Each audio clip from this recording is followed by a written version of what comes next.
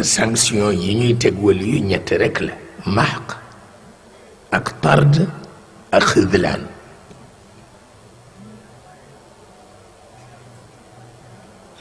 te ñu ngi koy prononcé ca xayb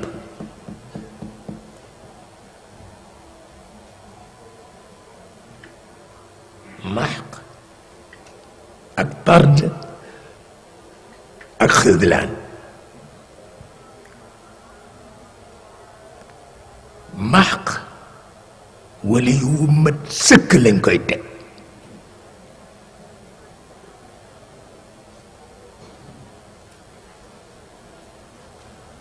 te dañ koy jële ci wujud delloo ko adam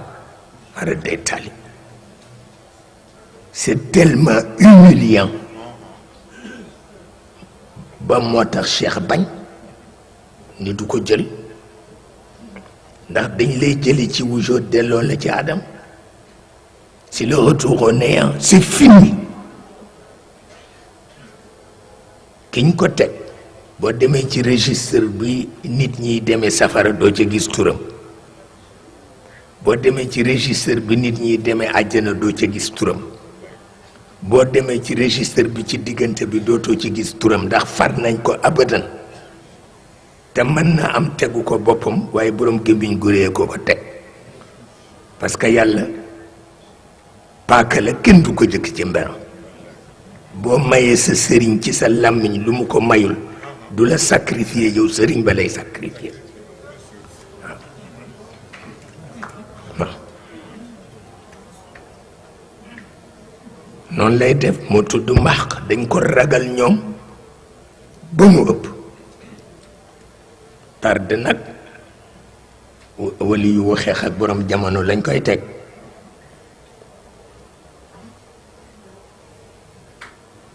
wali yu bu xeexee ak borom jamono kenn dootu ko informé te buñ ko informé wul dootul fekke seen prestation yi te bu ko fekkeetul moo koy taxawaaloo yam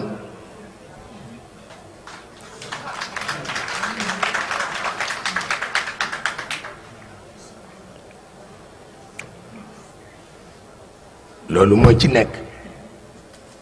xëlaan nag moom moo ci gën a doy waar moom presque du sanction mesure administrative rek la waa xay boo koy def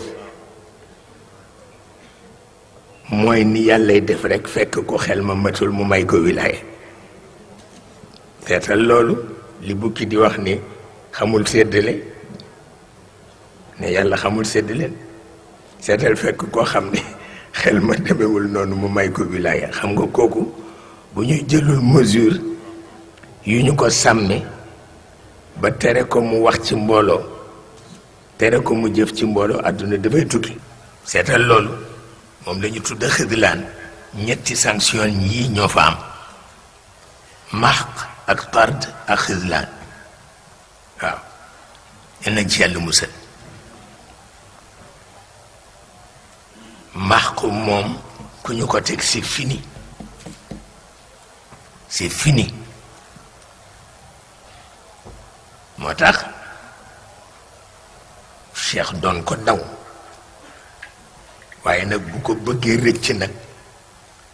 dafay compter ci alxassa ndax mag ñi dañu mën a jàpp seen bopp waaw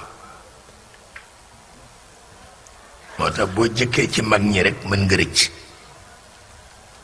waaye boo jëkkee ci mbooloo kese rek ñu gaañ la parce que dañ lay jox cër bu la yàlla joxul te yàlla paaka la kenn du ko jëkk ci mbaram mukk te lum la waxul boo ko sosalee fa la lay bàyyi sanctionner sa kilifa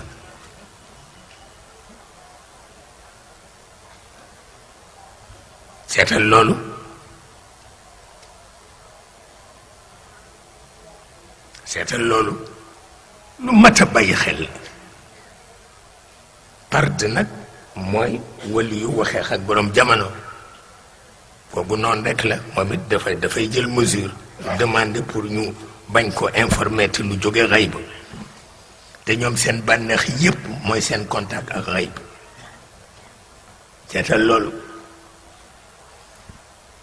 seetal loolu kon tàggu shahada ak xayb dafa jar lu nekk kon nag bul nangu ku la ko tere mukk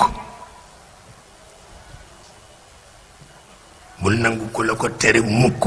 mag ñi dañ ci sonn yonent bi sonn ci yàlla sonn ci yàlla bañ na ko ba wax ni siddit gi yëngu ci seen xol maa ko gën a jege ci yéen kon nag nangu leen xayb